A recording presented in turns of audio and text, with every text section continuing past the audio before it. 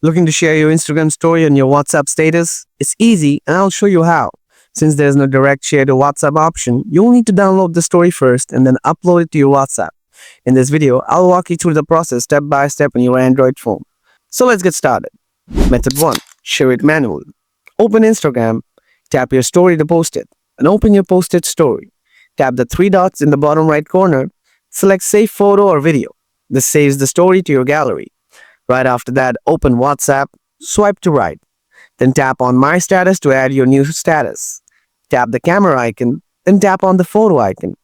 Now select the saved Instagram story from your gallery. You can add text, stickers, or captions. This one is optional. Then tap Send or the green arrow in the bottom right.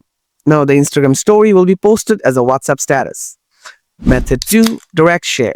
This method works only for photos, not videos, but it's more easier. So open Instagram and open your posted story.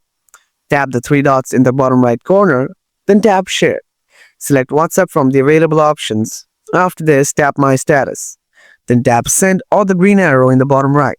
Tap the arrow again, and the Instagram story will be posted.